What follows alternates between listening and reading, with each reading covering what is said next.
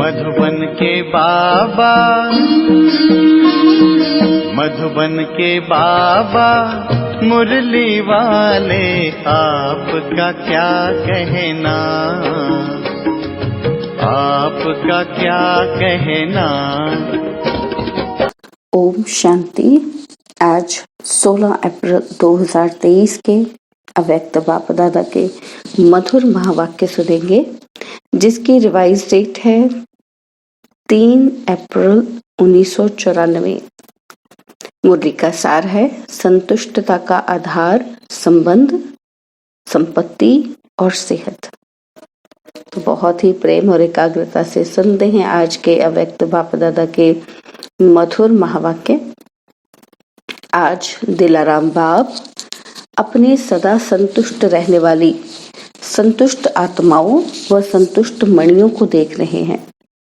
ये रूहानी मणियों की चमक सारे दरबार को चमका रही है।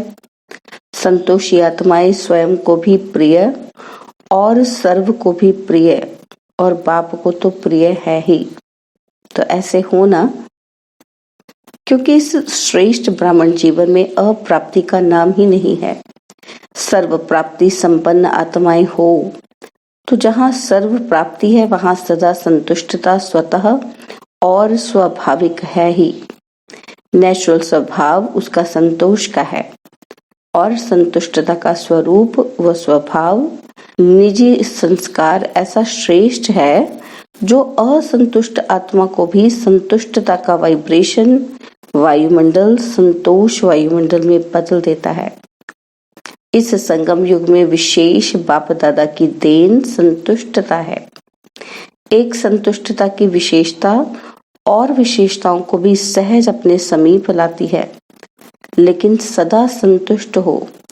परिस्थिति कितनी भी बदले, लेकिन संतुष्टता की स्थिति को परिस्थिति बदल नहीं सकती। परिस्थिति है ही बदलने वाली, लेकिन स्वसंतुष्टता की स्थिति सदा प्रगतिशील है। आपके आगे कैसी भी हिलाने वाली परिस्थिति ऐसे ही अनुभव होती है जैसे पपेट शो देखते हो ना। होता सब कुछ है लेकिन होता पपेट है। तो कैसी भी स्थिति पपेट शो लगता है। वह आजकल का जो फैशन है कार्टून शो अच्छा लगता है ना। होता तो शेर भी है, बिल्ली भी होती है, लेकिन होता क्या है? कार्टून। तो कहानी पूरी होती है लेकिन है कार्टून की स्टोरी, रियल नहीं है। कभी भी कोई भी परिस्थिति आए तो यही समझो कि एक बेहद की स्क्रीन पर कार्टून शो चल रहा है, वह पपेट शो चल रहा है। तो वह देख के परेशान होंगे कि मनोरंजन करेंगे। कार्टून देख के तो अच्छा लगता है ना। तो पापा कहते शो देखना तो अच्छा ही है ना। तो यह माया का व प्रकृति का यह भी एक शो है, जिसको साक्षी स्थिति में सदा संतुष्टता के स्वरूप में देखते रहो। अपनी शान में रहते हुए देखो, संतुष्ट मणि हूँ, संतोषी आत्मा हूँ। ये है संगम का श्रेष्ठ शान। तो शान में स्थित होना आता है ना, कि परेशान होना अच्छा लगता है। सदा संतुष्टता की विशेषता को इमर्ज रूप में स्मृति में रखो। प्राप्तियों में विशेष संबंध और संपत्ति आवश्यक है। संबंध में भी अगर एक भी संबंध अप्राप्त है तो संपूर्ण संतुष्टता नहीं होगी। तो संबंध में भी सर्व चाहिए और अविनाशी चाहिए। तो अगर कोई भी संबंध विनाशी है तो अप्राप्ति और असंतुष्टता स्वतः ही हो जाती है। लेकिन एक ही वर्तमान संगम युग है जिसमें सर्व अविनाशी संबंध एक बाप से अनुभव कर सकते हो। तो सतयुग में भी संबंध बहुत थोड़े हैं, सर्व नहीं। लेकिन इस समय जिस संबंध की आकर्षण हो, अनुभूति करना चाहे, वो संबंध परम आत्मा द्वारा अनुभव कर सकते हो। तो क्या कह रहे हैं बाबा? ये संगम युग एक ऐसा टाइम है जिसमें हम सब संबंध बाबा के साथ फील कर सकते हैं, उसको जी सकते हैं, अनुभव कर सकते हैं। तो बाबा कहते हैं हर एक के जीवन में संबंध की भी अलग अलग पसंदी होती है। किसी को बाप का संबंध इतना अच्छा नहीं लगेगा, फ्रेंड ज्यादा अच्छा लगेगा। लेकिन एक समय पर और एक से सर्व संबंध प्राप्त हैं। सर्व प्राप्ति है कि कुछ रहा हुआ है? तो बाबा पूछ रहे हैं हमसे। तो पीछे बैठे हुए क्या समझते हैं? आज नए नए को आगे बैठने का चांस दिया है। अच्छा, जो इस कल्प में इस बार पहली बार आए हैं वो हाथ उठाओ। भल पधारे। बाप दादा भी पदम गुणा स्नेह संपन्न वेलकम कर रहे हैं। नए होते भी कल्प कल्प के अधिकारी हैं, ये तो समझते हो ना? तो बाप दादा सदा कहते हैं बड़े ते बड़े हैं लेकिन छोटे समान बाप हैं, इसलिए सदा अपने रूहानी बेहद के संपूर्ण अधिकार के निश्चय और नशे में रहो। बेहद का नशा है, हद का नहीं रखना। देखो कितने श्रेष्ठ अधिकारी हो जो स्वयं बाप ऑलमाइटी अथॉरिटी के ऊपर अधिकार रख दिया। परमात्मा अधिकारी, इससे बड़ा अधिकार और है ही क्या। जब बीज को अपना बना लिया तो वृक्ष तो समाया हुआ है ही।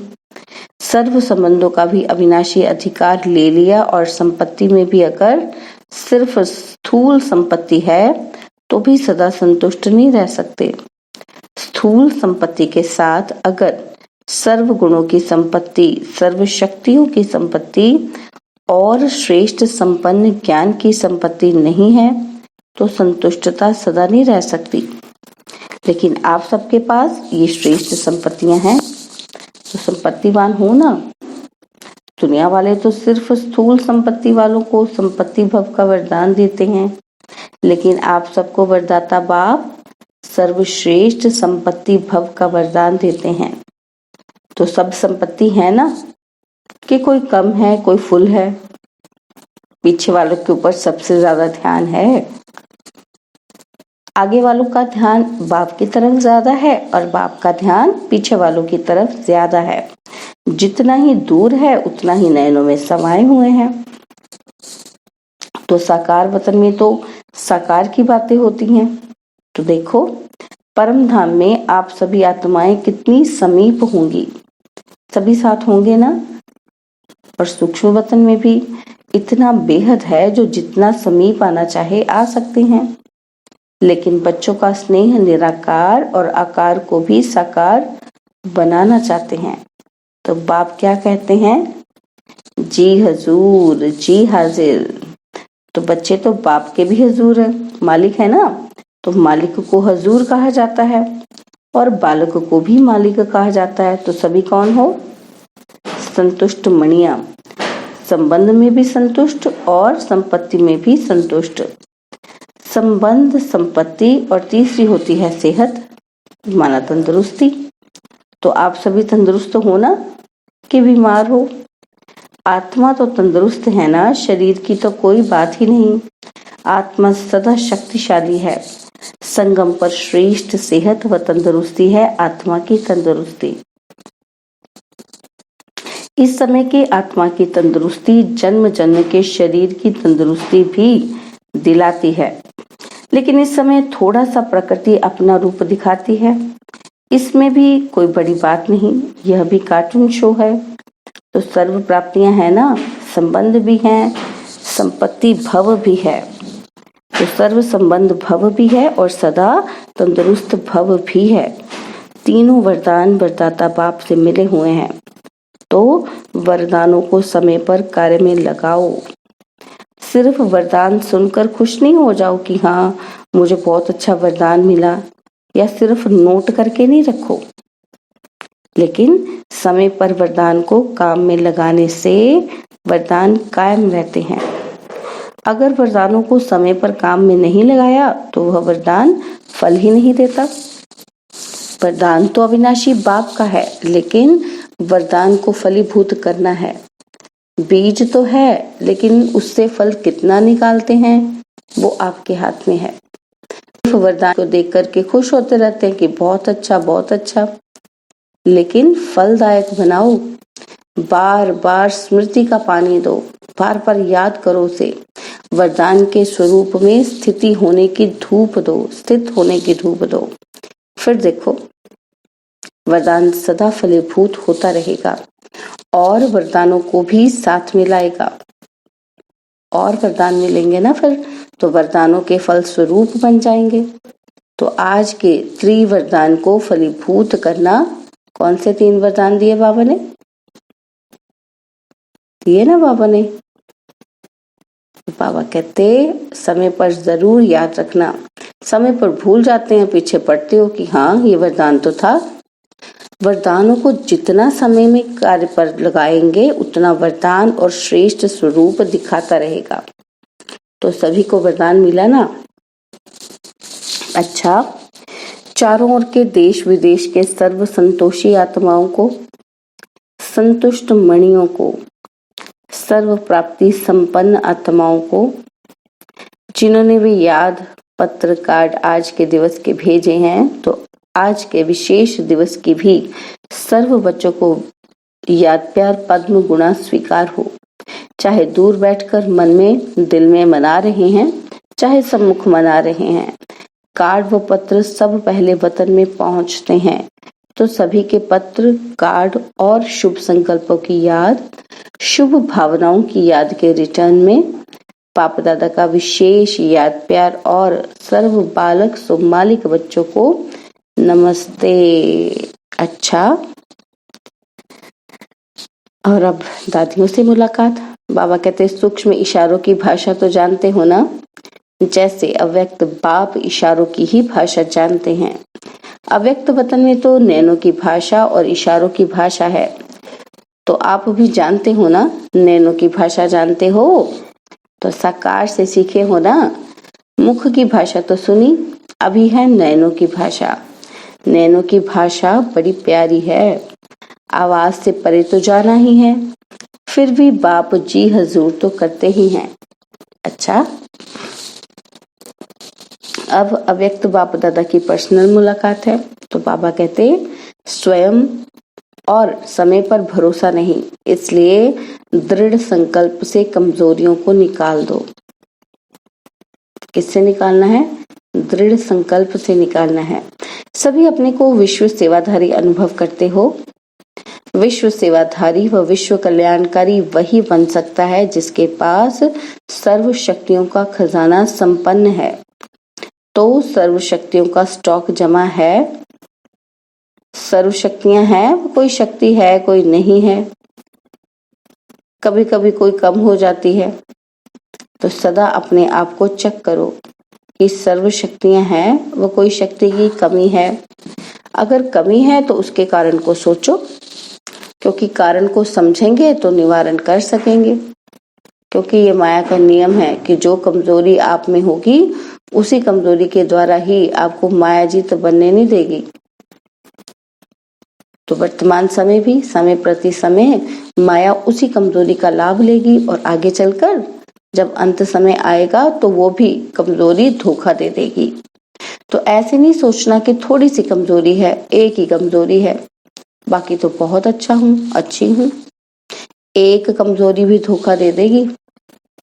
इसलिए कोई भी कमजोरी अपने अंदर नहीं रहने दो। अगर स्वयं नहीं मिटा सकते हो तो कोई का सहयोग लो।